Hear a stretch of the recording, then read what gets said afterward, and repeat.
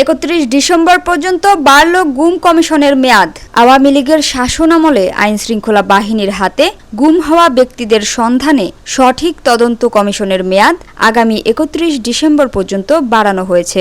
সোমবার মন্ত্রিপরিষদ বিভাগ থেকে এ সংক্রান্ত প্রজ্ঞাপন জারি করা হয়েছে। গ্যাজেটে জানানো হয়, এই সিদ্ধান্ত 1 জুলাই থেকে কার্যকর হিসেবে গণ্য হবে।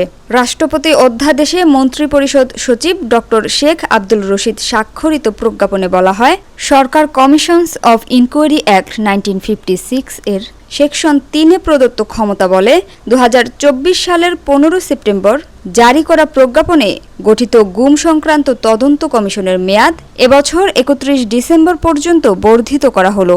গুম কমিশনের সভাপতি সুপ্রিম কোর্টের হাইকোর্ট বিভাগের অবসরপ্রাপ্ত বিচারপতি মইনুল ইসলাম চৌধুরী। কমিশনের বাকি সদস্যরা হলেন হাইকোর্ট বিভাগের অবসরপ্রাপ্ত বিচারপতি মোহাম্মদ ফরিদ আহমেদ শিবলি, মানবাধিকার কর্মী নূর খান, ব্র্যাক বিশ্ববিদ্যালয়ের শিক্ষিকা নাবিলা ইদ্রিস ও মানবাধিকার কর্মী সাজ্জাদ হোসেন।